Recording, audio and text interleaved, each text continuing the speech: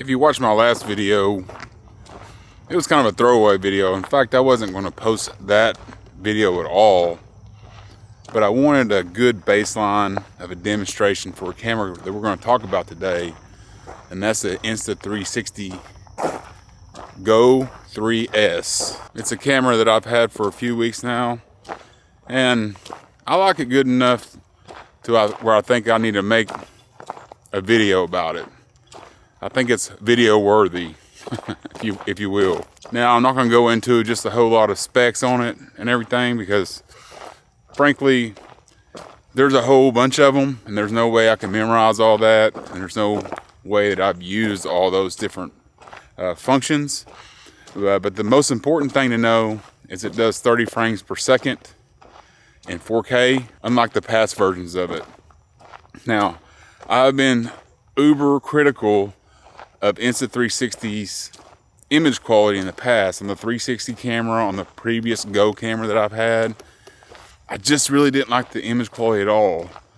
But I started using this camera, and it's pretty good, I think, for what it is. And most of the best thing about it is how convenient it is. Like, this is how convenient this camera really is. You can have it on your hat, flip it around, boom, you're recording just like that. And I found it to be a perfect camera for point of view type of videos, and that's what I've been using it for. And the good thing about this camera, when you're using it for point of view, like if you have a GoPro mounted up here, you really can't see what it's aimed at. Or on your chest, on like a chest rig, you can't see what it's aimed at. But with this camera you can, because you can pull out the base model, take a look at the screen, and you're able to see exactly what you're looking at. Like right now, I can tell that I have it pointed a little bit too high up. So I'm going to tilt it down just a little bit, maybe 1 or 2 clicks, and that helps things out.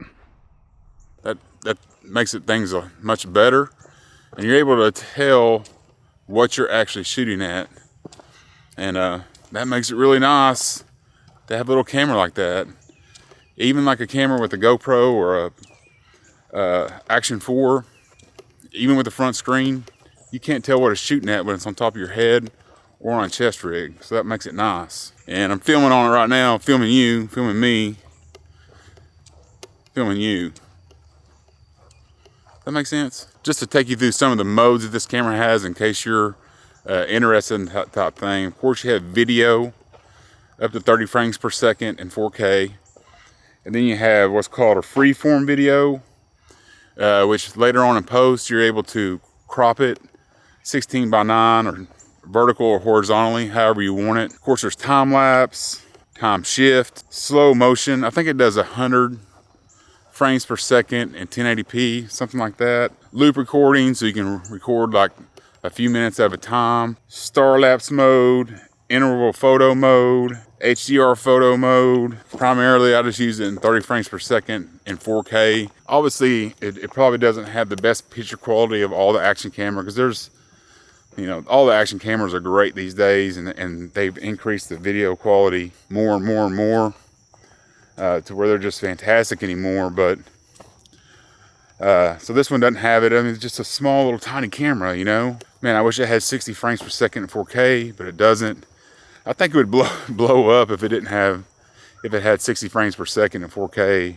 But it does what I need it to do, and I think it's the most convenient action camera that I have, just because of where I can stick it and get decent looking footage. And by far my favorite mount is the hat mount, which you see here. What I like about it is you can put it on the back of your hat, so you can be wearing your hat like this around. Nobody can tell what you're doing, or you're maybe not filming anything. Nobody's paying much attention to you at all, but if, boom, something comes up, you can flip it around, have your camera in there, 1 click, and you're recording. And I enjoy that about this. And the hat mount mounts that super easy. Another one you get is this lanyard, and this is pretty standard.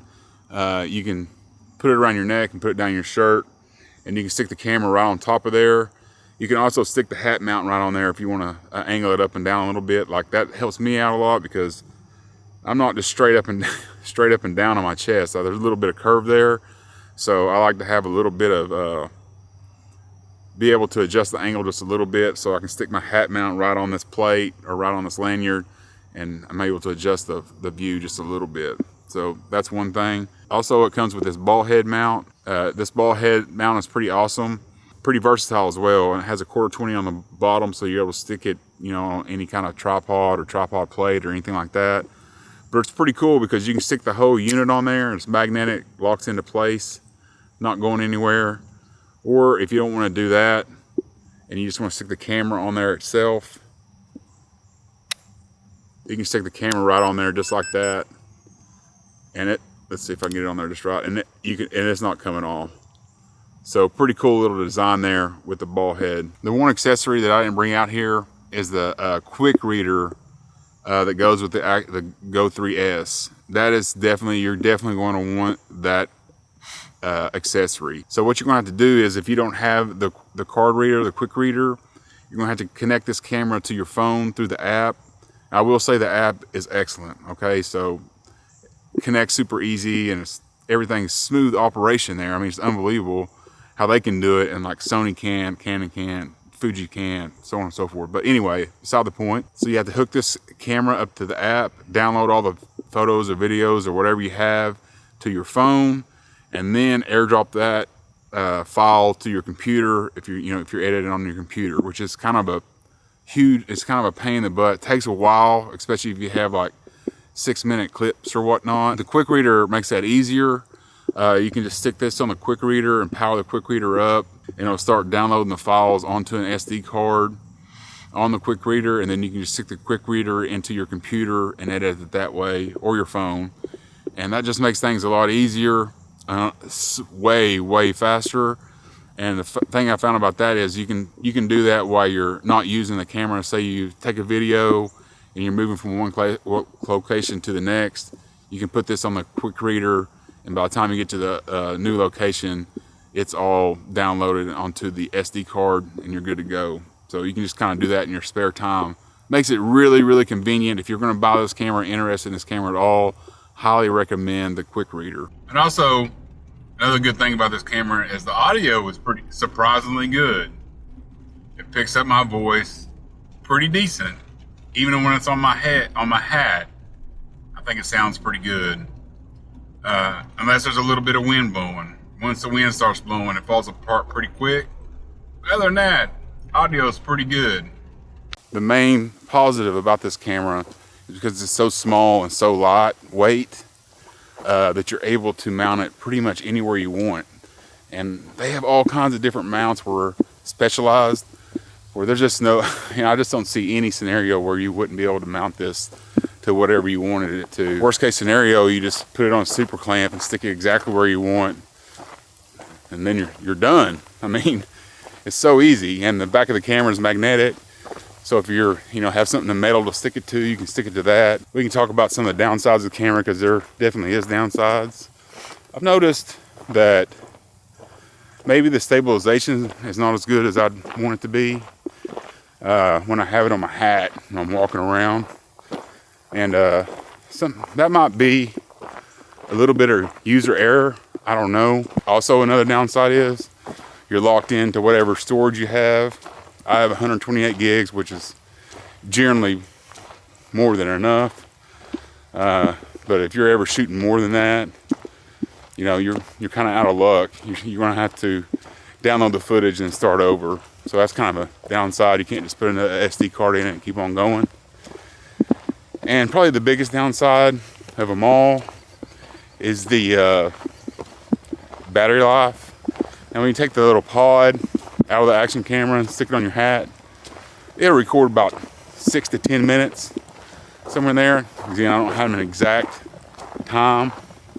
This, that's generally long enough, but you'll eventually run out of juice and then you can stick it back into the main camera and charge it up, and it charges up fairly fast, but you can't replace the battery in the main camera. So once you run out of juice in the whole unit, you're done. So you have to constantly keep charging it, or you're gonna run out of juice. But anyway, that's just a few of the downsides I've seen so far. Not very many. So anyway, that's the video for today. Gotta get out of this rain before everything starts melting. If you've enjoyed the video, make sure you drop a like. If you want to see more content like this, hit the subscribe button. Thanks for watching, and we'll see you on the next one.